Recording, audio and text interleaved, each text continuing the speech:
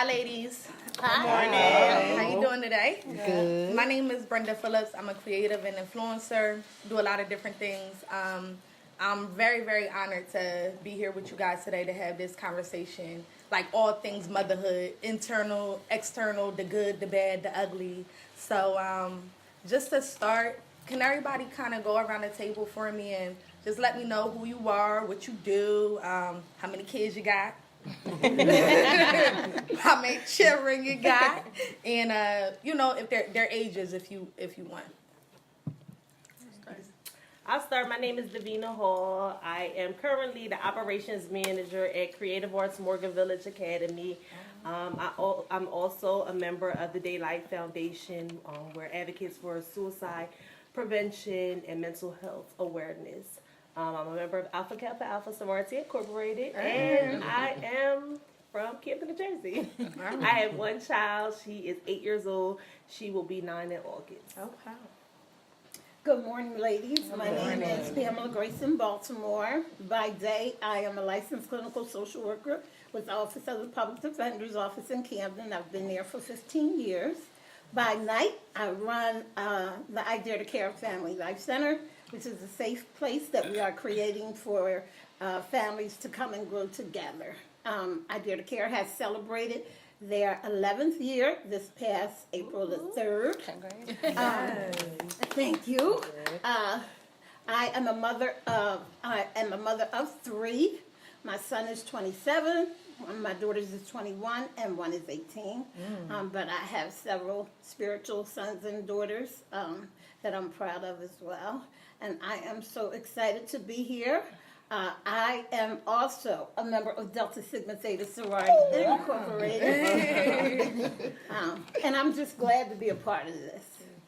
Hello, everyone. My name is Atia Johnson. I am a mother of 3, a business owner of 23 years, a black belt in karate, a married woman of 14 years, and the list goes on and on and on. Again, piggybacking off what Miss Pam and Mookie said, I am so honored to be here and so thankful that you guys asked me to join in on this conversation and excited to see what it holds. Okay. That was my turn. Hi, I'm Naima Gillespie. I am the owner and director of Dare to Dance and also the co-founder of Dare Academy.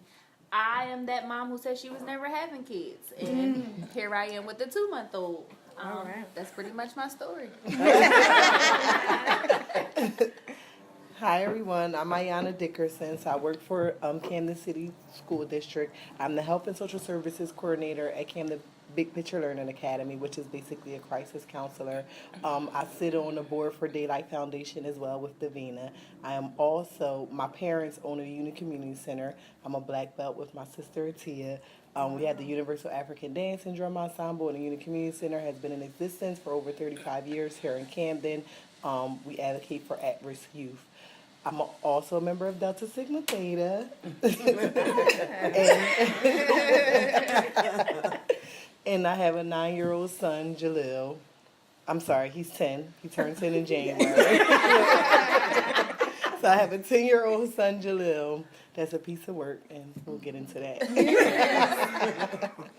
Hello, my name is Naisha Coney. You guys can call me Nye.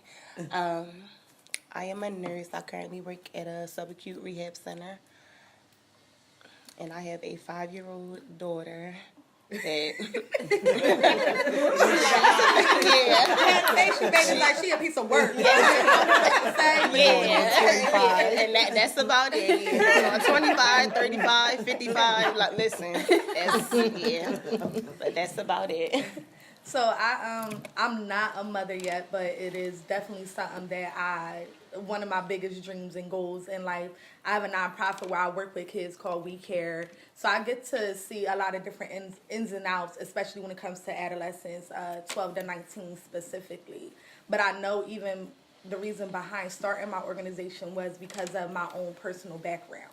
So I feel like the experiences I've had with my mother have influenced the type of mother that I want to be.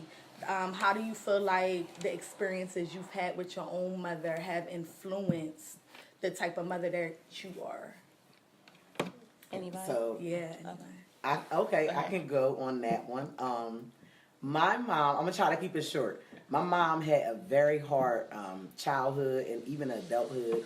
When she was 30 something, she lost her mother, her brother, her oldest brother, both her brothers, her mother, and her sister at the age of 15. So her whole family was wiped out clean. She when she was younger, she got into a fight with these girls.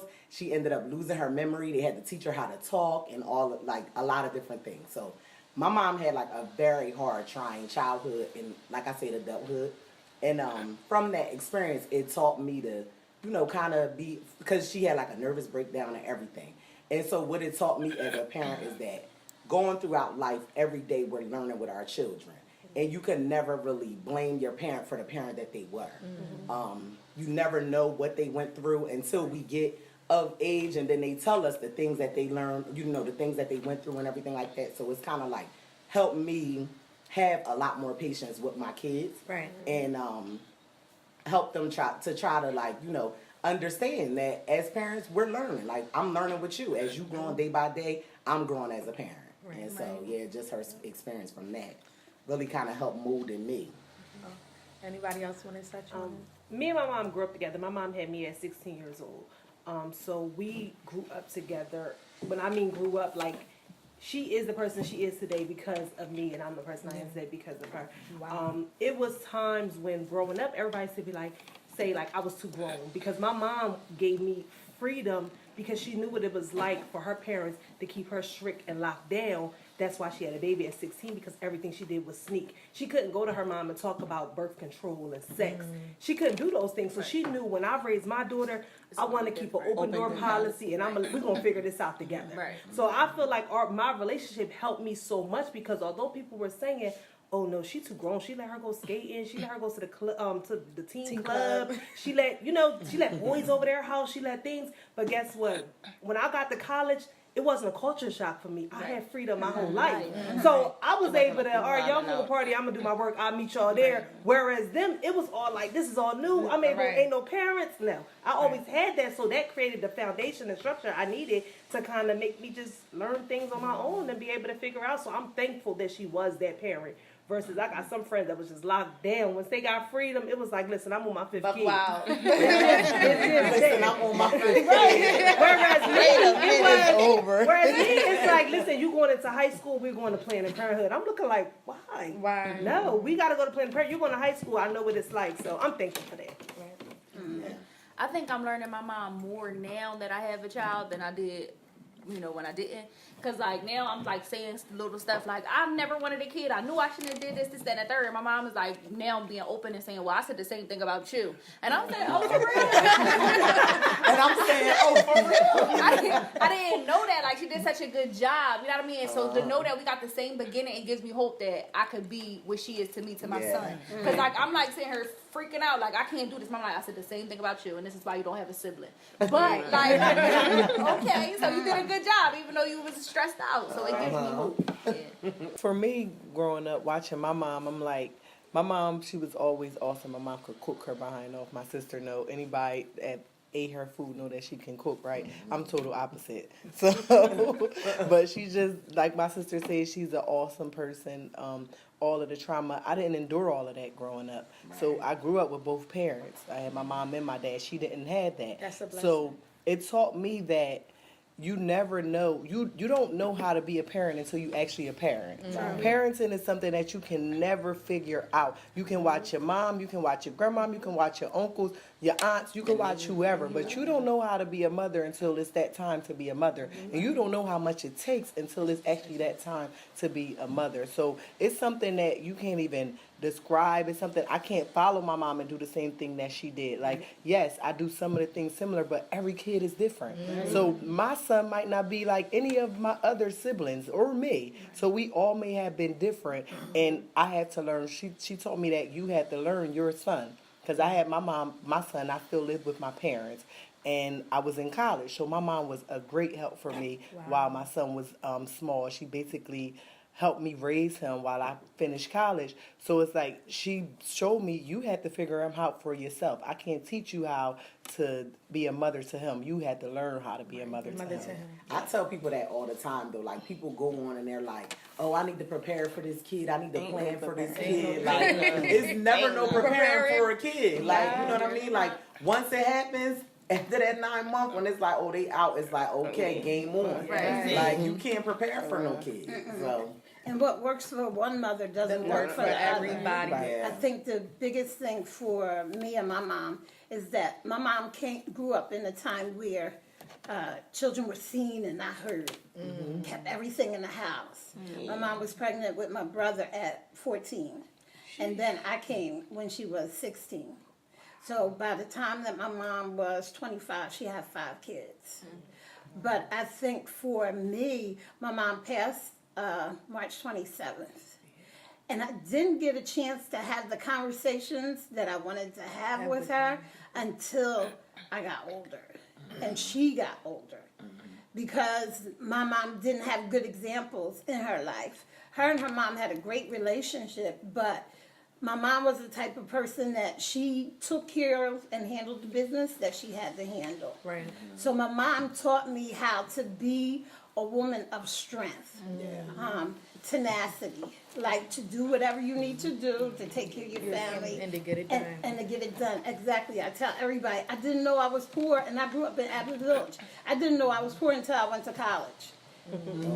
I went to college. She did the I tell you, I went to college and I was like, ugh, I'm really poor. Like, I looked at what everybody else had, but my mom always had us involved with community activities. Our house was always clean. I don't care what little bit we had. Our yard was always clean. Right. So, you know, for me, it was like, regardless of your situation, endure. Yeah. So like my personal experience with my mother is I didn't really have my mother growing up, and like both of my parents were drug addicts. So like I was on my own a lot, like since I was like 13, figuring it out, being bounced around from house to house, and I'm not a mom yet. But I always felt like growing up, I always felt like I don't want to be nothing like her. I don't want to be nothing like her. And it wasn't until I got a little older, speaking on what you were saying earlier, like you don't know the things that they've been through, that I gained a little bit of like empathy and sympathy from my mother, because what I found was she just wasn't as strong enough, unfortunately, to endure some of the things that she was enduring. So she... Like, I had writing, and I, you know, had poetry, or I found that thing that worked for me. Right. And she found drugs. Right. And that's, that's what she had took to all her life. So now it's like, I just want to make sure that in my trauma that I learn, you know, how to heal from that, so that I'm not passing that to when God does bless me to my own child. So, like, with being a mom, like, is there anything that y'all feel as though that you would do differently? Like, or how can I word this? Like, I'm not saying like with regret, but like maybe like, would you have waited? Would you have? Honestly, yes. I would have waited. Okay. If I could. So I don't regret my son. I love my son. I feel like he made me the person who I am. He made me push further to want to do more every day. However, if I would have known what I know now, I would have waited. I had both parents growing up, so I kind of feel like I've slighted him of that. Like, his father is around, but he's not there like I would hope he would be there. Like, my dad never missed a day. He never missed an event. He's just like Superman. He's always there. When you need him, he's going to be there. Till this day, if I need him, I call him, he's going to come. So my son don't have that with his dad, and I feel like a little selfish, because if I would have waited and been more stable, taking your time, right? We could have got that NFL guy, right? Right. So I definitely feel like I should have waited to and just be more be more stronger as a woman. I feel like I was still learning life, right? So I'm in college. I don't even have a job. I don't even have a place to stay. So now I'm learning that I'm working to provide for us. But because when you work so much, it's hard to really be that present parent like you need to be. Right. So he only had one, and then you're always at work because you got to make the money. You got to make the money in order for us to survive and live in a comfortable life. So it's like if I would have waited, I would have had that stable foundation Foundation. to provide for him, so he would have more of a stable life. I feel it's go ahead. You want No, to say no, something? go ahead. No, I was gonna say like I feel as though like when you get pregnant, because I am that friend that hype up everybody. I mean, I would tell you like we're like distant cousins and friends, but when something happen, I'm like, I'm just everybody's biggest cheerleader, and I feel like especially at our age or whatever, you know, being pregnant, getting engaged, getting married, those are like the big for whatever reason. So it's like when people get pregnant, that's what it is. It's like, oh my God, you're going to be such a great mom. Oh my gosh, you're going to love motherhood. You're going to love, your kid is going to be great. Like you hear all of those great, amazing things. But I always wonder about those things that people don't talk about.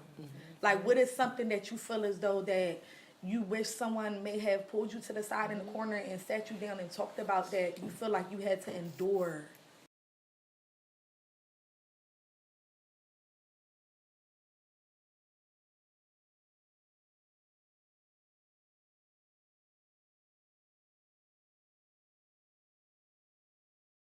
Okay, so when it comes to like just being a mom, or you know you're in that pregnancy stage and nesting and all of those other great things, is there something that you feel like, you know, once you have become a mom, that you kind of wish somebody pulled you to the side, sat you down, and talked to you about? Because like I said before, when it comes to like that pregnancy glow, everybody's just so excited and they hype it up, right? That's what they say. They hype it up. It's like, oh my gosh, you're going to be such a great mom, and your child is going to be amazing, and he's going to be so, or she's going to be so cute, or you're going to get to dress him like a baby doll. It's all of those great things. But I feel like never have I heard anybody talk about the downside to motherhood. So is it something that, you know, any of you guys could touch on when it comes to like you really wish somebody talked to you about?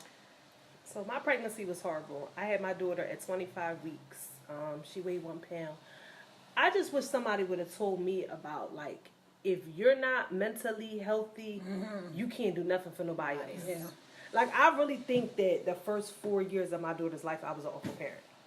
And it was to the point because I was mentally messed up. I lost my brother to suicide in 2012. My daughter was 1.5. My brother helped me a lot with my daughter. Like, my first job, I worked at a group home 3 to 11.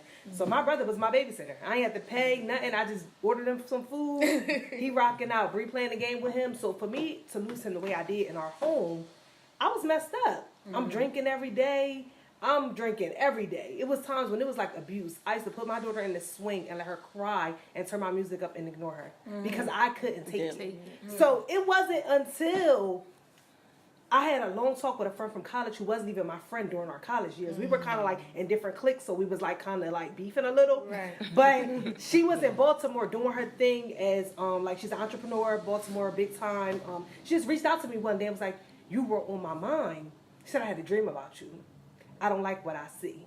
She said, "I see you just partying, but I see the sadness in your face because you always look so happy. You know, you're Davina Hall. You're a different person. I don't see that person right now." So it wasn't to that I actually thought about it and started getting therapy when I was going to school to be a therapist. It was a requirement for us to go to therapy. It wasn't to that I could reevaluate, like, yo, the things that I'm going through mentally will harm this little girl forever. Like, I gotta get it together. Right. Like, I gotta make it work so that it can work out. Right. And I think that's the conversation that nobody never had, telling you, like, listen, your mental issues that you might think is just regular, that ain't regular. Right. That's not, you gotta be there, you gotta be present. You can't be, listen, it's cool because I got a whole village. I mean to tell you, I got friends, I got my mom, my sister, everybody jumped when it comes to my daughter. But my thing is that's not really helping her because the person she needs the most is you. Yeah. So it's like, you gotta get it together, Davina. So it took for me to get therapy and understand my life as a whole, like looking like, yo, it's like I can't stay in a stable relationship. I'm not together for this little girl. Like, I gotta love me more to love her even more. Right. So I think that's what the stuff people leave out is the mental part of it. Like, because we could be smiling, I'm sharp, I'm looking good, but I'm drinking every day. Right. I'm gaining 30 pounds since I had her. I wasn't even this big when I was pregnant. Right. So it's like, you got to get that mental together to take care of anybody. Yes. And I say it all the time, Naija tell you, listen, them self-care, them mental health days, take them. Yeah. You need to take care of yourself because if not, you will harm you and a child, and then you will look 20 years from now and like, why is my child like this? It's from your days of drinking and partying and ignoring and can't really be there. Right. So that's the biggest thing for me, is like teaching people about taking care of yourself and not just overlooking your problems. And I think it's I a agree with culture that, thing. yeah. So exactly what Yeah, Davina's it saying. In our culture, we feel like it's not okay to be not okay. But it's okay to not be okay. Right. And postpartum, we think, oh, that's a Caucasian thing. That's something that we don't deal with. We too strong for that. Mental illness, we frowned upon it, but it's real. People go through postpartum. People get detached from that child. Like, I can't believe this is what is going on. Like, I'm not happy. I'm not myself no more. Your body changed. Physically, mentally, everything changed. You put on weight. You get a stomach. I ain't have no stomach. I could put this 2-piece on and I have no problem. Men not going to look at me the same. All of this is going through your head, so you get detached from that child. And we just like, oh, but I gotta be strong because we see it so much. Our parents, they push through. They strong. It's just always about in the black community since slavery. Be strong. Push through. You gotta get through this. Harriet Tubman, everybody that they tell you about, everybody in black history, when they talk about them, oh, this woman was strong. So we always feel like we gotta be strong. We gotta put on for the community. We gotta let everybody see that we're okay. But it's totally okay to not be okay. Off of what Ayana's saying, just from my personal experience, everybody like, nah, you so good with other people's kids. Like, you're going to be awesome. It's going to be cool. So when I'm in my room crying, I'm like, no, nah, like, you got to get together because you're good with other people's kids. Like, you know what I mean? Like, I'm putting it on myself and I'm saying, no, like, I honestly, and no baby was harmed in the making of this special. I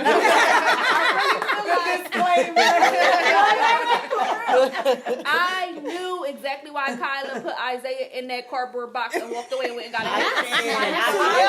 It wasn't until I said it on Instagram, everybody was like, yo, that's some real stuff. And I'm saying, nobody's saying that. Like, so I felt like I was a bad person for even thinking it. And then when I go ahead and say it, I'm like, oh, this is therapy. Because now everybody hit me up like, nah, look, it get real. It's like that, like this and the third. But not Miss Nye, like, she take care of my kid all day, every day. And then now she can't take care of her own. So it's like pressure that's just like, oh, this is different. But I'm telling you, that new baby life, like, God bless all y'all with more than one, because I can't. Like, I think that honestly, from the beginning, it was thrown out to me. Like, listen, it's going to be hard. It's going to be rough.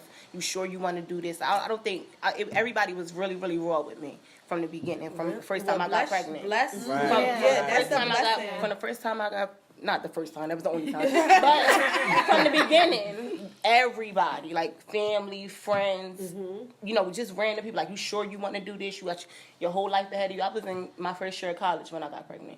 So I'm like, you know, I'm just taking it all in. And I think it just bounces back to the mental health part. Like, you know, I'm like, oh, I got mad support. You know, everything is going to be okay. Until a tragic thing happened. My daughter's father passed away. And then it reverted to that mental health aspect of it. Because it was just like, you know what, I can't do this. Like, I just can't. So I think that it really falls back to that, to taking care of yourself, to making sure that you are okay, because you cannot be okay for your children. Can't be okay if you're not okay. You know, they're watching you, they're following everything that you're doing. And then you probably felt as though like you had to be strong.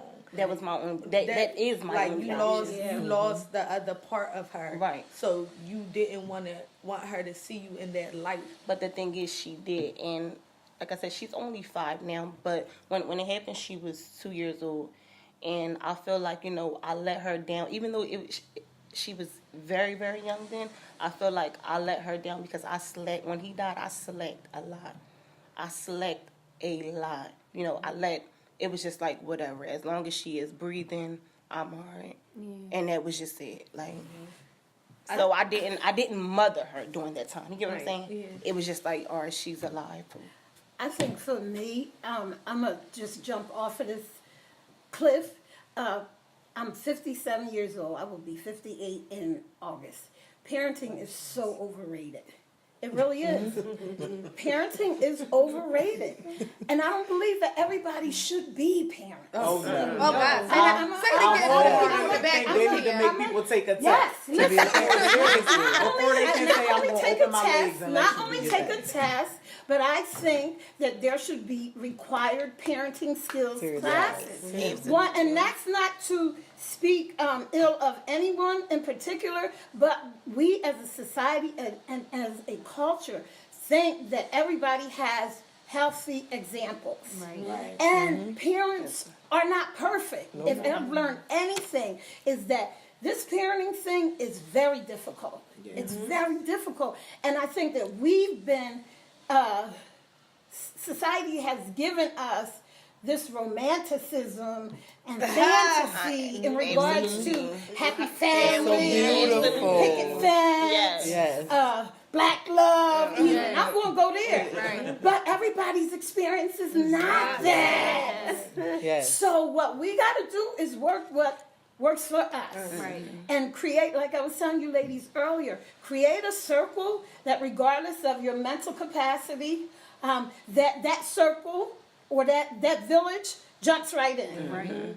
So your child doesn't miss that. I really appreciate like even y'all, talking about this because these are the conversations that I want to have before I even go into motherhood. So I'm really grateful for y'all even coming to the table and talking about this. I am getting a little teary-eyed. One, I'm a punk, y'all. So I'm a punk, but people don't know the strength in their stories, Right. So I really hope just even with this conversation, we all could walk away with a piece of each other. Right. You know what I'm saying? And help each other. A lot of you guys seem like y'all are already very acquainted and know each other.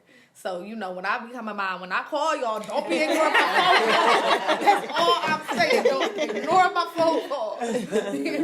But, So I just want to kind of go on a different angle of that because, so like I got married first and then we had our first child like a year later. So I didn't have some of the same experiences as these women, right? But if you ask me something about somebody sitting me to the side and saying, just kind of going off of this whole being strong thing, like I'm literally giving birth to my child and I'm like, oh, my mom was strong. She had natural childbirth, this, that, and the third. I'm going to try it too. And it's like, oh, you think because your mom did it or because as a society, everybody's preaching, you got to be strong, that you got to go ahead and do this natural childbirth. And it's the worst pain ever. Like, and then you had a baby, you do this natural childbirth, you had a baby, and now you got breastfeed too.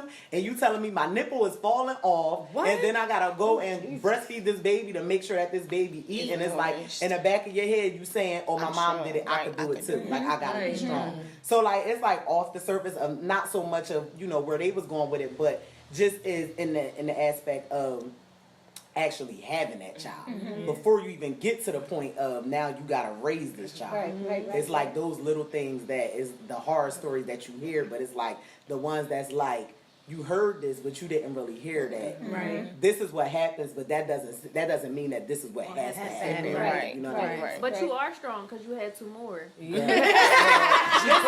Let me tell you. That's what she is.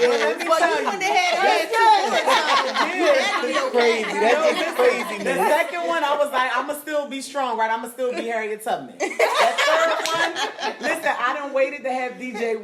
Anissa was like 9 or 10 years old when I had this last one. Got in that room, I was like, you give me that epidural right now. I'm not doing this today. Like, go ahead and throw this long needle in my back. And that's it. I don't want to feel the pain. Like, I'm not dealing with it. I heard you mention, several times, like you're married, and that's a beautiful thing. I think we need more representations for our own, like that. I don't think that any of us enter motherhood with saying like we're going to be a single mom, right? I don't think none of us enter motherhood. I mean, with the perception that we're going to be a single mom, and sometimes we can't help how the cards fall if we didn't make better choices in the past, to take some of that responsibility. But so when it comes to the support from your significant others, your boyfriends, your spouses, how do you feel like that has affected your mothering? Some of you guys, I think that you had stated you were in like a blended situation, a blended family, or your child's father wasn't as active. So no, he only has one. Jalil was both of our only child till this day. So he's 10 and he's his only child and he's my only child. So that's my sister. Right. So we come from a family that marriage is first and foremost, right? Amen. So for me to step out of the box and be the first one, that's like, listen, I'm having a baby and I'm not pregnant. I mean, I'm not married. It had to So be hard. it was extremely hard. But and it's nobody to tell you like this how you take this single mom journey on. My mom didn't know, my sister didn't know because they didn't have to go through that. So I literally had to figure it out on my own. And what I figured out is that as a mom, I don't know about a father, but as a mom, you don't have no choice. You're going to have to figure it out no matter what. You can't depend on nobody else but yourself at that moment. If you decide to take that choice, and I say this to every single mom in the world, if you decide, and even every mom if you have a boyfriend or a husband, because you never know what happens. But as a mom, if you decide to take on this journey, you need to understand that you're responsible for this child first and foremost. I tell my son all the time, I don't care what your dad do. He don't have to move his schedule around. If they tell me you gotta work, but your son got a show at 3 o'clock, you don't get off of work till 4, you gotta figure it out. He don't got. I can call him and say, I need you to get your little. Oh, I'm at work. I can't say I'm at work. I gotta leave. I gotta leave work. If that means I'm gonna miss out on some money, that's cool. But I have to be there for my child first and foremost because that's my first responsibility. So as a single mom, we have to know that if you take on this journey, and like Miss Pam said, everybody not made out to be a parent because everybody don't understand that as a mom, it don't matter what. I carried you for 9 months. I gave birth to you. I breastfed you. I don't care what your dad do or if he can't make stuff move around, I have to make stuff move around because that's who I just have to be for you. That's my responsibility. And listen, it's like that whether you single or married. Like being married, like my husband will call me like, oh, your kids keep calling me. They hungry. Oh, my kids. Like I had these kids by myself. Like no, like oh, your kid. Who picking your kids up? Like you know what I mean. So even though I got that, it's still like my sister said, you still gotta be a mom. I think it's crazy because I feel like motherhood has so many different faces. Oh, right. You know what I'm saying? Like, and even sitting here and talking with you ladies, you know, you disclosing like you lost a child of your father. So, you know, that's not even something that was an option or a choice. It was literally something that was snatched from you. Yeah. So even like hearing that, you know what I mean? Like my heart breaks for you because you probably had that person that was supportive and then that was there. That then to lose that and then going back to what you saying, it don't matter what anybody else does. I brought this child into this world, and regardless of what he does, my mom does, my auntie does, whatever, I have to do what I have to do to make this person a decent human being. And that is something to really carry. You know what I mean? My situation is a little bit different. So my son's dad is significantly older than me. I'm just older, guys. Don't worry. It's okay. Whatever, we're not going there. But he was falsely accused of murder, so he spent most of his time in prison. And he has kids, but he wasn't able to see them be raised. You know, he wasn't, in their life. So when my son comes along, to see him be a dad is like, oh my gosh, like you know what I mean? Like everybody think he's so hard, he's so tough, but when he has the opportunity now to be a father, to see him like he do the late night, the late night feedings and all that. I'm like, you got it, go ahead, you know what I mean? Because it's something he's missed out on. So I'm appreciative of that because we don't get along all the time. We bump heads, business, relationship, everything. But to see him be a dad and be present to his son, like it's a beautiful thing to me. Yeah. And my thing is that me and my daughter's father met in college. So for me, he was different from me. He was a college boy. I like street guys. I used to like street guys. I used to like Street guys. If it's that, it's street guys. No more. I used to like street guys and athletes, right? So he was an athlete. He went to Delaware State together, but he was smarter than me. When I mean to say this man graduated with a 4.0. But he had a little, because he was from Norfolk, Virginia. So our plan was, I'm moving up to Jersey. We're having this baby together. He had one son at the time that he had in high school. So when he moved back to Jersey, it's like, I'm going to work. We're going to figure it out. That lasted every bit of 3 months. It was different for him living up north. You wanted that white picket. He wanted to be. So I thought in my mind that this is different. Everybody's going to be shocked because he's not. I'm out in the open and I'm popular. He wasn't that. He was more of a fallback type of not on the scene. Right. You wouldn't even know him if you didn't, have a conversation with him in class because he was never on the scene. Everybody to this day is like, how did you even meet each other? Y'all are black and white. So I thought it would be one way and it wasn't that. So because me and him was going at it so hard when my daughter first was born, I thought it was best for my health if he went back to Virginia. and let me just do this on my own. So granted, my thing is that we do summers and holidays, but it's still, I'm 24 hours a day, 7 days a week, and I feel so bad because I put so much on my mother for helping me because she's all I had. Like, I gotta still work 40 plus hours a week to make this little girl's life what I want it to be. So that's where it struggles for me, is that like I thought it was gonna be one way, but it wasn't because he ain't here. Brandon, I gotta pick up the phone. Brandon, listen, I need a break. Also, he wants her every summer for the whole summer. I don't allow because I still got stuff we want to do. So it's like you can get her for a few weeks, but it's just that's the only time you can get her. When I got to deal with it every single day, I can't just get up and go. So then to watch, him just kind of like get married, and he married a girl with children. So they're in a house with like 7 kids, and it's just me and my daughter. At home, it's kind of like she wants to be with the kids, but she also like, I can't leave my mom. So she had a nerve to ask me like, Mom, you want to move? Won't you just move down to Virginia, like around the corner from my dad? She said, hold on. No for me. Listen, that's a whole no. That ain't never happening. But like I said, my thing is that what we mess up is that our mind be one way, but then when the reality set, it's like, it's different. So just adjustment. I tell all mothers, be able to adjust, honey, because they could be here today, going tomorrow. That was legit my biggest thing, because I feel like I said, from the beginning, everybody like gave it to me straight. It ain't going to be cake at all. It's going to be hard. It's always going to be something new, but I just never expected that great of an adjustment. You know what I'm saying? So...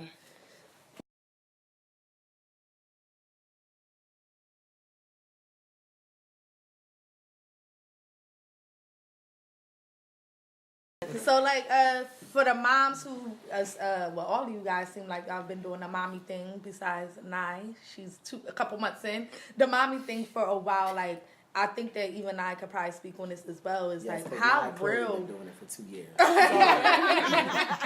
With other people's children as well, but no. On a serious note, like mommy guilt, and like for people that don't know what mommy guilt is, it's kind of like. When you want to take that moment to yourself, but you feel like you can't because your kid needs something, or you may want to purchase something for yourself, but you feel like you can't because you got to do something for your child, or maybe sometimes you just don't want to be bothered and you want to go lock yourself in a room, go on a vacation, I used to be that person. I used to be that person. I'm not her no more. Yes. I'm doing me for me because I need to be happy first. My kid, she ain't gonna go without. Right. But she ain't gonna hurt if she don't have the latest sneaks or we're not going on a vacation this season. Right. She ain't gonna hurt from that. But I'm going because I need that. Right. You work for it. You work for it. I don't have that guilt no more at all. But it's real. It is real. I used to be that way. Dad, I bought me something. I gotta buy her something. Wow. Dad, I'm going to listen. I used to go on vacation. Like I'll go. Dad, I gotta take Nala somewhere. Or I'm going to get. I gotta take her somewhere. I gotta. You do feel like something you gotta have a. I feel like this world made it real. Social media made it real. I'm not doing It wasn't. no more. I don't feel like it was always real until social media. You feel like you have to prove something to everybody else. If I'm hopping on the plane and your kid not, and you see the post, oh y'all keep hopping on planes, but your kid not. Don't worry about that. My kid is fine. My kid is in good hands. My kid been on a plane before, but this is for me, and it's okay. I work hard, so when my kid grow up and they work hard as I work, then they can do that. As long as they have everything that they supposed to have, then that's all that matters. And then they have extra. So it's okay. It's okay if I buy myself this blouse because my son just got these sneakers, or he's okay. He's totally fine. He's not going to school hungry, dirty, or he's not going to school without. So he's fine. So it's okay for me to do this no matter what social media or other people have to say. I think that's a real statement. Like I feel like you said, mommy guilt wasn't real until social media made it real, because I do see that a lot even with my own friends. My one girlfriend is married with the baby and she feels as though, oh, we took a vacation. Oh, now we have to go take her somewhere and we have to do something with her.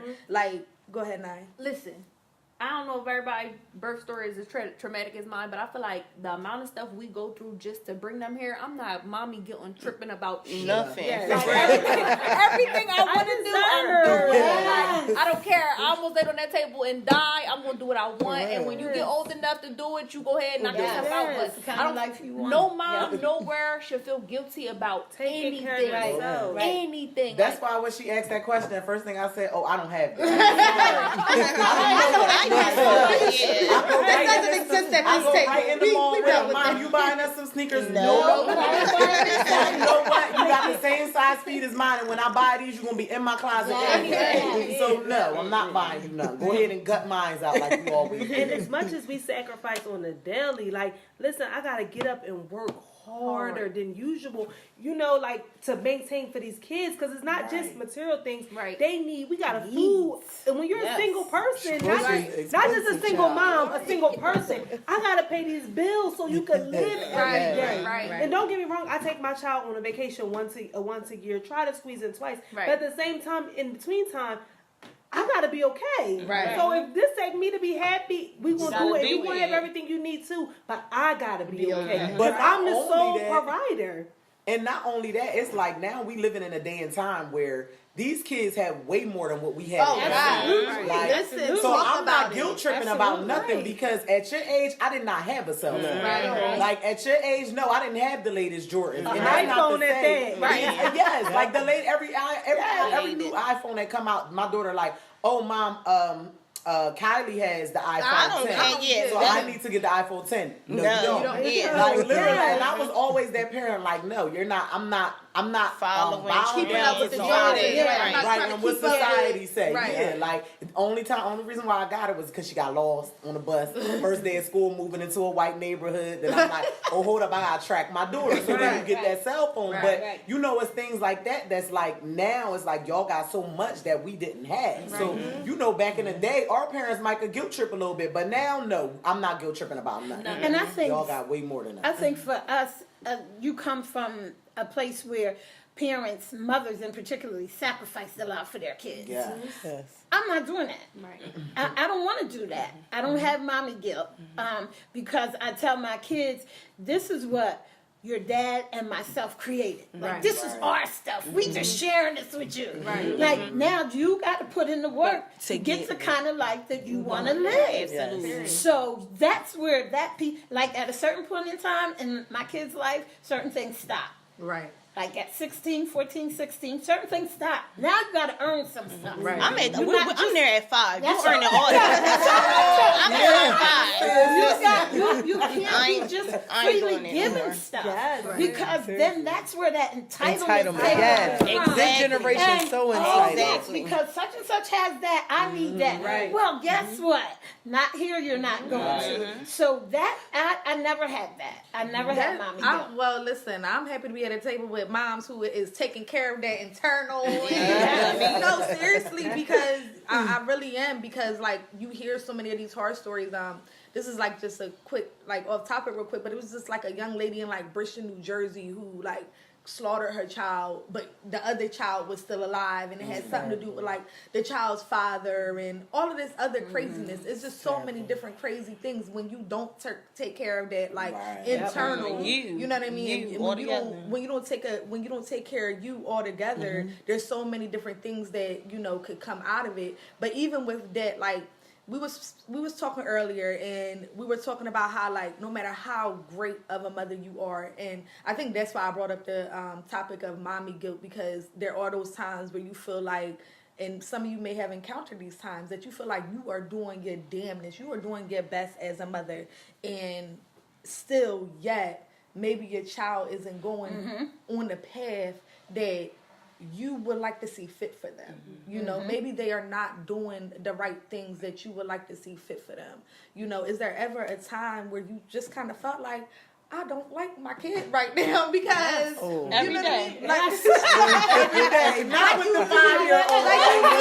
Like you love them, Every day. Like you love them. I love you, but I don't like you can't like do that. that. I love you, but I don't like Right, you like you that. love them, but Like have what you you ever doing? maybe felt some type of way or felt guilty? This is another part of mama guilt, or felt guilty because you're like, I birthed this child. How can And I that's not? me, like I said. But from that, like I mentioned earlier, from that toxic time when her dad first died, till maybe like, I want to say 4. She's only 5. So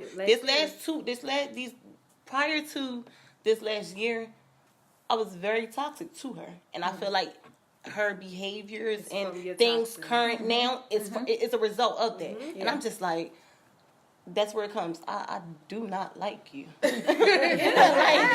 like no LOL. Like you can't be this person. But I'm realizing that now, and I feel like I'm taking appropriate, steps to make her a better person, in myself as well, doing things differently so that I can model appropriate behavior. That's good because we talk about like good. how kids are cruel and how people are bullies and stuff like that, but it starts at home. Right. It starts at home, so it's like, for you to even recognize that, you know what I mean? Because you know that what you put on her, she could go put on somebody else. And that's the thing. These are things that she is displaying towards other children in general. And I don't like it. I don't like it at all. So, like I said, this is why I am taking appropriate steps to make things better. And I understand it's not going to happen overnight.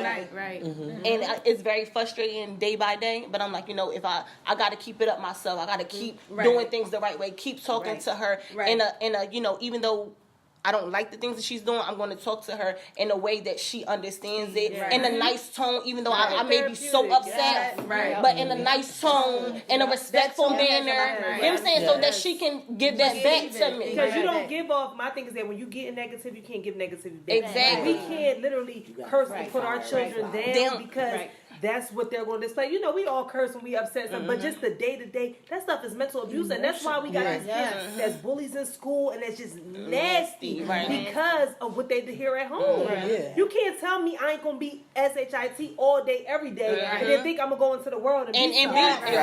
No, I'm going to pour that energy into the world. Exactly. My home is pouring it into me, and guess what? I'm going to pour that negativity into the world. Exactly. So, and my kid is exactly opposite what I thought I would have.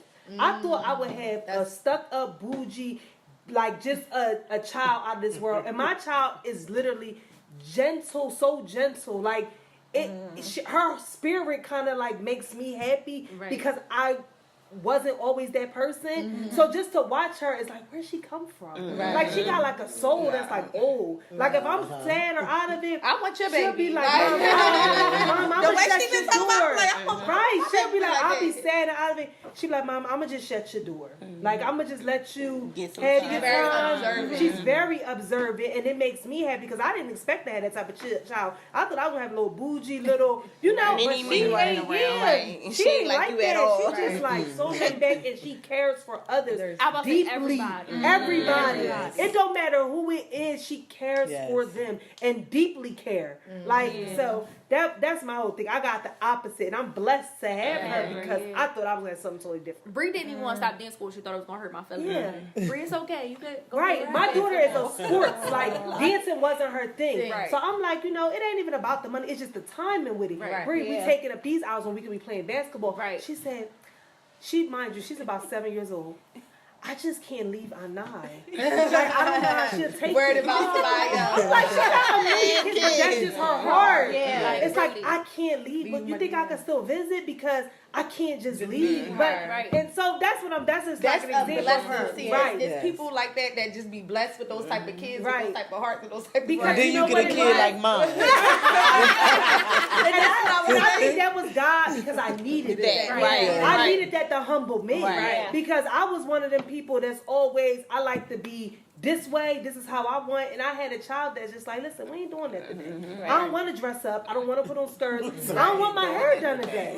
I don't want to do it. And I got to adjust to her. Like, listen, she don't got to be like me. I'm going to let her be her, and we're going to work this thing and out. that's commendable for you to even accept that, because you see a lot of times where parents try to push their child to be something that they're not. But it's like I was saying earlier, like, just from being on the outside looking in from someone who isn't a mother and being observant, it's like I do see times where it's like people don't like they love them, but they don't like their kids because what they feel like what they're putting out is not what they're getting back. Is that like any can anybody kind of touch on a specific time that it may have probably been like gut wrenching to you? Because excuse my language, but you like this little motherfucker, like I'm trying. You know what I mean? Where I'm doing my best. So I feel like Jalil, so in school, for me, I was always the kid. I might have a little smart mouth, but I always respected adults. I was never disrespectful. I always got good grades.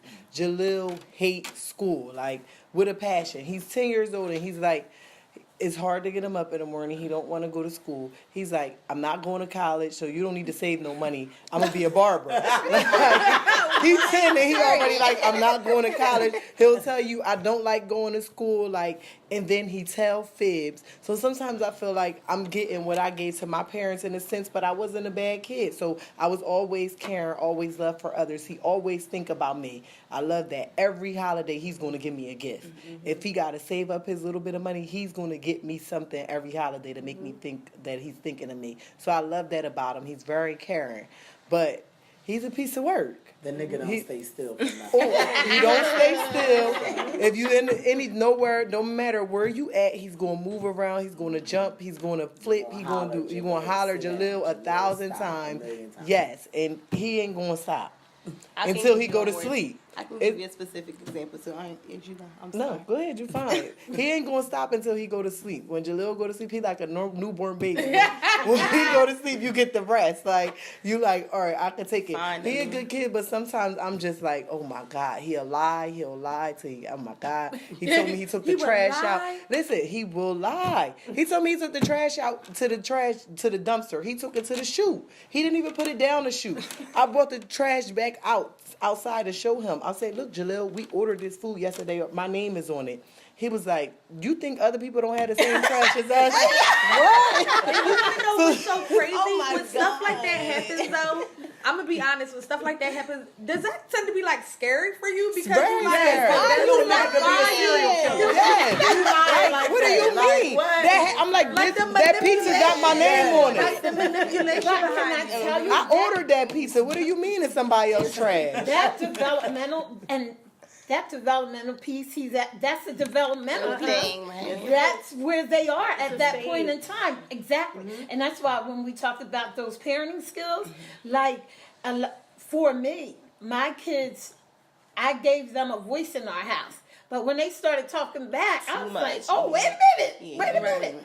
So I had to teach them how to be respectful at doing it, because we didn't have a voice in our house. Right. You know, my mom was like this. So when my kids started doing it, I was like, okay, it's coming out disrespectful. So we got to learn, if you want to have an opinion, you got to bring it out the right way. Right. So you got to teach me that, Miss Pat. No, let me tell you, it was really hard, and I wasn't. How long really did good. that take? A lifetime. I'm telling you, society has such an impact on our children, and that's why those developmental stages are so important. And we have to research some developmental stages for our own sanity. You have to educate. Yes. And educate ourselves and our community. Because I'm telling you, there were times that I went in my room and shut my door and said, no, give me a minute. There were times when I sat out in my car, in my driveway, and I was like, Father, in the name of Jesus. I ain't going in there. So my thing was, God, and thank you for my relationship with Jesus and a good therapist. Right. Because I was missing it sometimes. Right. Oh, wow. I was missing it. And my thing was that, talking to people that were going to give me what I needed, not only for myself, but for my kids as well. Right. Because those developmental stages will trick you up all the time. Right. Yes. Because at some point in time, they don't want to hear from you as a parent. Right. You know what? And that's what I they don't will want to say. hear from you. It's times where I'm like, oh, I don't like this little girl, like my little 12-year-old. Like when it comes to that talking back thing, like the ages. Like and we come from a household where my dad always taught us to speak your mind in a respectful manner. So it's like when I'm raising my kid, it's like a fine line between speaking your mind and Being in a respectful respectful. manner. Right. It is. Like, it's a real fine line, so I'm still struggling with how to get her to understand that you Girls are said different. was It's not teaching your disrespectful, mind in right. a respectful manner. It's like that thing they teach you in schools. Not what you say, is How you How say you it, say it. right? And that's how I am. I am a person, and all my friends, everybody here know me, so I will curse y'all from AZ in the most respectful way, manner.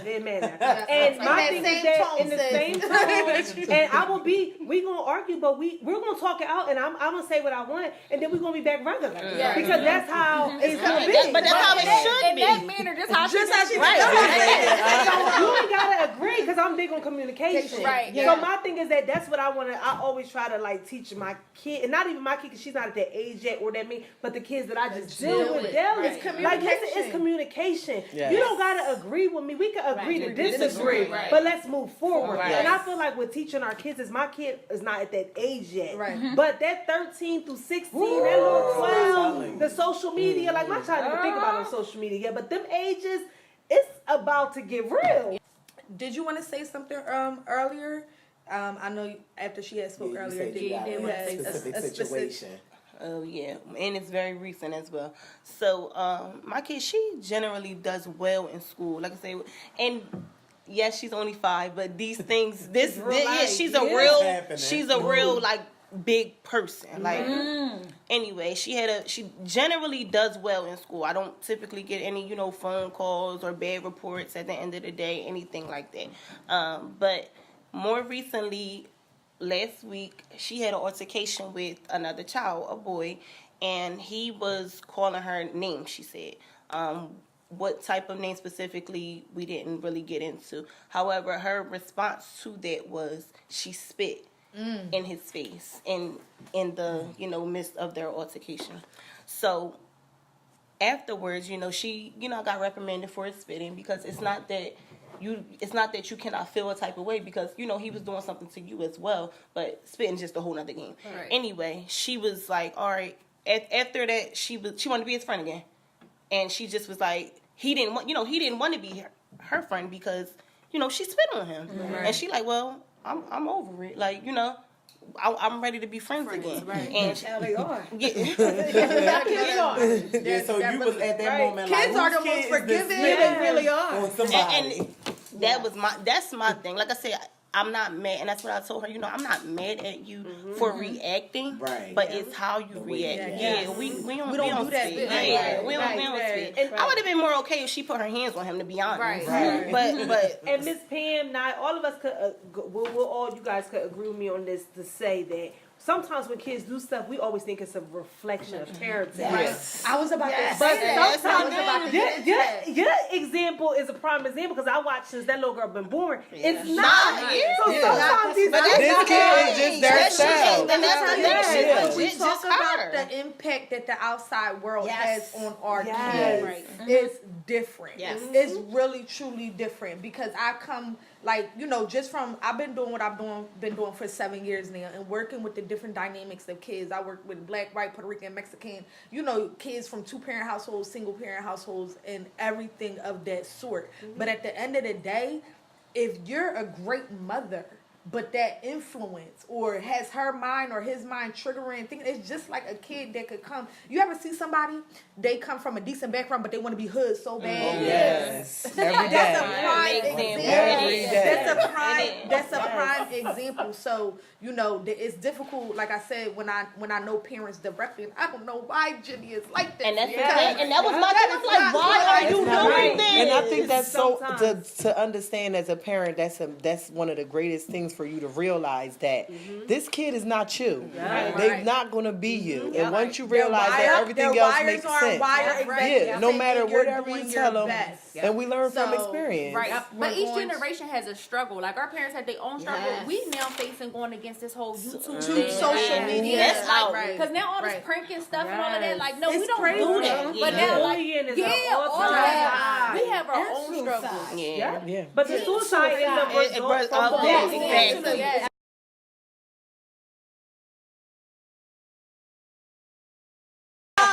So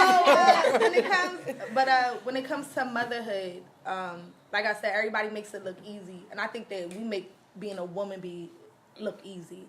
So can you just tell me about a time where you feel like you lost yourself, or you felt like you really just could not do this, or maybe you wanted to give up, but once again we have the outside world looking in, so you had to gather yourself, you had to put yourself back together because you had to build yourself back out to look a specific type of way.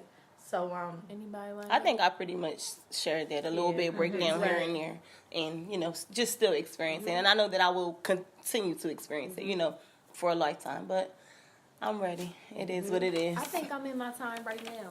Like, I'm in it right this moment. Because, like, even knowing all that I'm doing already, I try to prepare myself. Like, okay, with this baby, it's going to get 10 times worse. But actually living it, like a newborn baby, trying to start 2 more businesses on top of what I already got going on. Like, taking on a whole new building now. Like, it's just so much. It's so overwhelming. Every day, I'm like, my mom is FaceTime me. Like, she can't even call me regular. Like, she has to see my face now. She's like, what's wrong? I'm like, I'm about to lose it, but give me 5 minutes and I'm gonna be right back. Like, I'm in it right now. Like, it's just like, and you don't got nothing to do but just keep living. Like, but But for like, my question to you is like, is keep living it the right way? Like, do you feel like you're really taking that time to hone in or to take a step back to kind of reevaluate how maybe you could handle it differently? I think I gotta wait. Yeah, like I gotta go through Got no it. time to step back, Yeah, baby. I can't stop. I think in the moment you gotta step back, pray about it, Right. but keep on pushing back. because you know, Breathe. and it's so cliche to say, but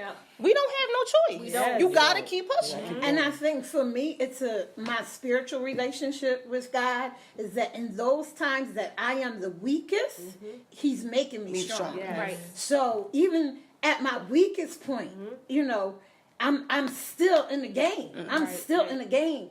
And sometimes you can't take a break. Absolutely. And in regards to motherhood, you can't take There a is break. none. There's no break. Because So- even when somebody take the kid for a couple hours, they coming still- back. It's like, listen, she been going for the weekend, but Monday morning she gonna be where her BS. So my thing is that I think that I've been experiencing trauma since I was 10 years old. Literally, no more than 200 feet from my house, my mom's only sister was murdered down the street from our home. I rolled by going to school the next morning with yellow tape around the house, wondering who did this to my aunt.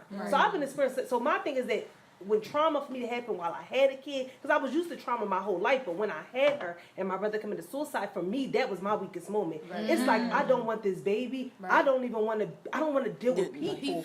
I want to drink. I want to How listen did to you music. pull out of that? And it took me years. Right. Like it took me years to be like In a conversation with in somebody. the conversation for somebody and me going to school because I wanted to be a therapist to help kids to not want to commit suicide and to love themselves, but I wasn't loving myself.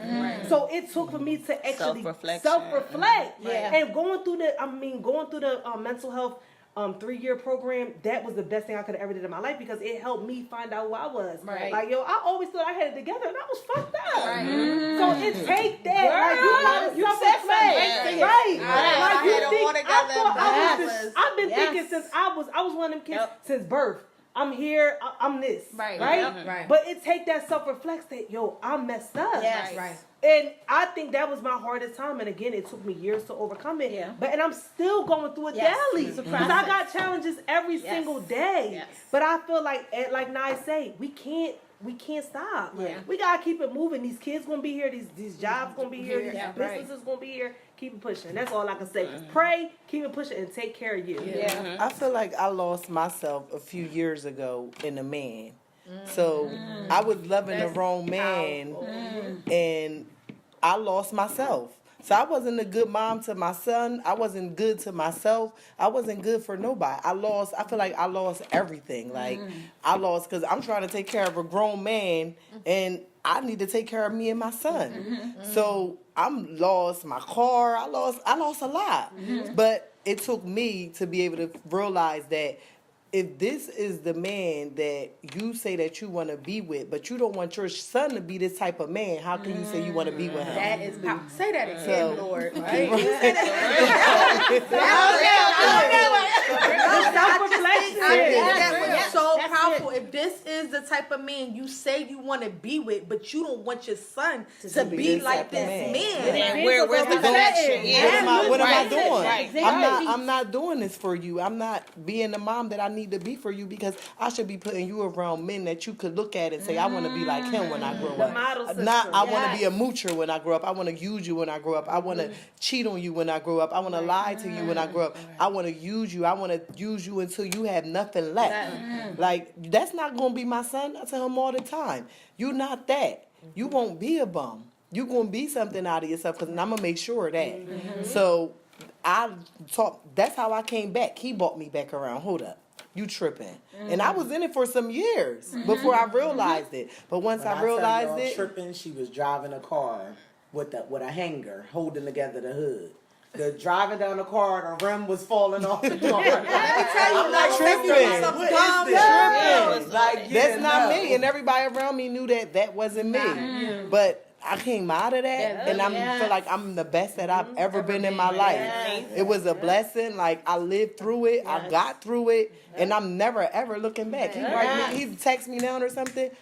He sent me an old picture the other day. Why are you on my line? Right. Like, this But not when that. you go through that, you ever be like, what was I thinking? What was I already doing?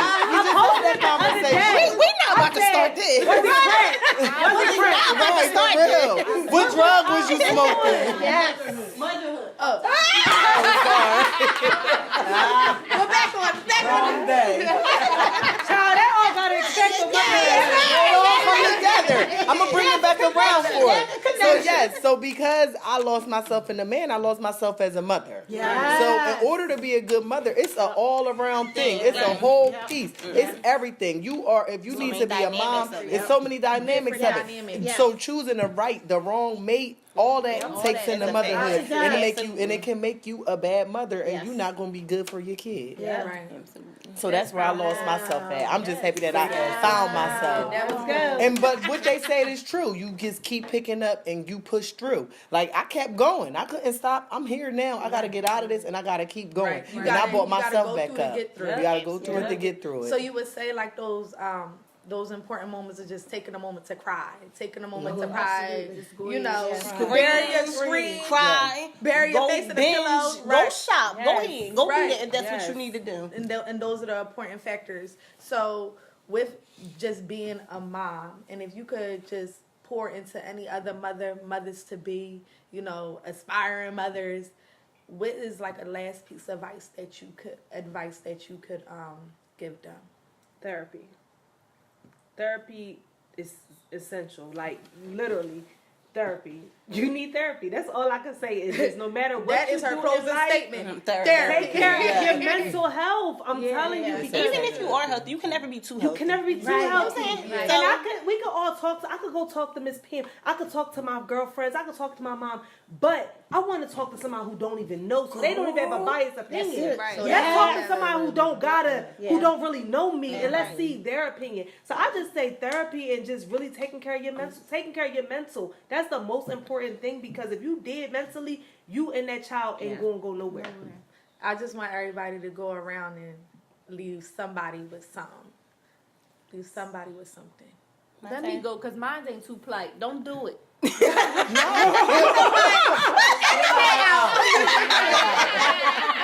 So I would That say in.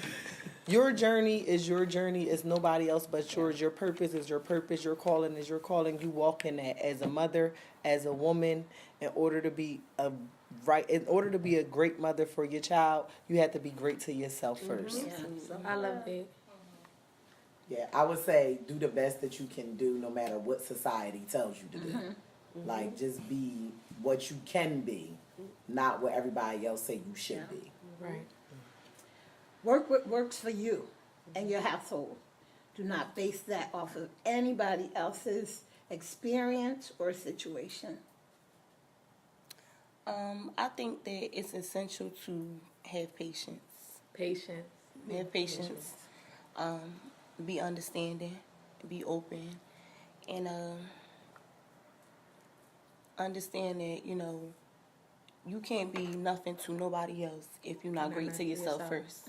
So I feel like take you care can't of you. predict. Yeah, take care of you. Stay prayed up. For real. And, you know, everything else will work out. I mean, it may not work out to your liking or to how you thought it would work out, but it's going to work itself out. I definitely want to come back around and just thank each of you ladies personally just for being vulnerable, sharing some of your experiences. This is definitely needed. It's needed more than what we think that it is. I mean, I think that I can honestly say that even just sitting here being amongst women who are powerful, who are positive, I think that everybody had a really good time. You know what I'm I saying? agree. And I think that what society needs to know, like, we could be dressed up and look a certain type of way, but I think that we all struggle and people need to know that self-love and self-care is a daily work. Yes, it is. It's a daily work. Making sure that your internal matches your external. And that's why I was like looking at this as like motherhood, all things internal and external, because like I said in the beginning, we have these mothers out there that they make it look so pretty, but they're crying or they're not connecting with their child and their babies. And nobody is talking about these hard conversations, you know, and I think that it's something that needs to be touched on more often. So I thank you guys for the kikis, the laughs, you know, a tear was about to drop over here because sis is a chump, okay? But, and it's been a pleasure just having this conversation with you guys, and I look forward to many more conversations. Yeah, I was about to say let's take the toast, but Davina finished. Mother. All things motherhood. In the words of Beyonce, I gotta get home to my 50, 11 kids.